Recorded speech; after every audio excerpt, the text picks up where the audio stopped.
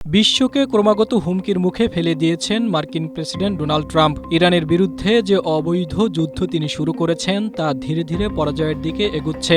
এখন সেই যুদ্ধ থামানোর উপায় খুঁজে পাচ্ছেন না তিনি। ট্রাম্প এমন একজন প্রেসিডেন্ট যার কোনো সুনির্দিষ্ট পরিকল্পনা পর্যন্ত নেই। এমনকি ইরানে তার পরবর্তী পদক্ষেপ কি হবে সে বিষয়ে কোনো পরিষ্কার ধারণা নেই, যদিও তিনি নিজেকে এসব ঘটনার নিয়ন্ত্রক মনে করেন। এদিকে ট্রাম্প যখন দিশেহারা, তখন নেতানিয়াহুর কঠোর নীতিগুলো নির্বিঘ্নে এগিয়ে যাচ্ছে। ইসরায়েলের লাগাতার বিমান হামলায় ইরানের বাড়িঘর, বিদ্যুৎ ও পানি অবকাঠামো, ব্যাংক, সাংস্কৃতিক ঐতিহ্য এবং মসজিদ লক্ষ্যবস্তু হচ্ছে।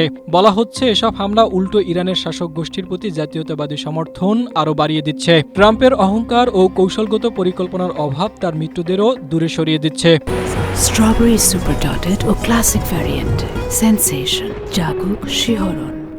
তিনি হরমুজ প্রণালী রক্ষায় ব্যর্থ হয়ে এখন সেই একই মিত্রদের সেখানে যুদ্ধজাহাজ পাঠাতে বলছেন, কিন্তু এতে কেউ সাড়া দেয়নি। এদিকে ট্রাম্পের নীতিগত ভুল থেকে লাভের গুড় বাগিয়ে নিচ্ছে রাশিয়া ও চীন। ফলে ট্রাম্পের এমন আগ্রাসী মনোভাবের কারণে আমেরিকা আরও একবার পরাজিত হতে যাচ্ছে বলে মন্তব্য করেছেন ব্রিটিশ সংবাদ মাধ্যম দ্য গার্ডিয়ানের পররাষ্ট্র বিষয়ক বিশ্লেষক সাইমন টিসডাল।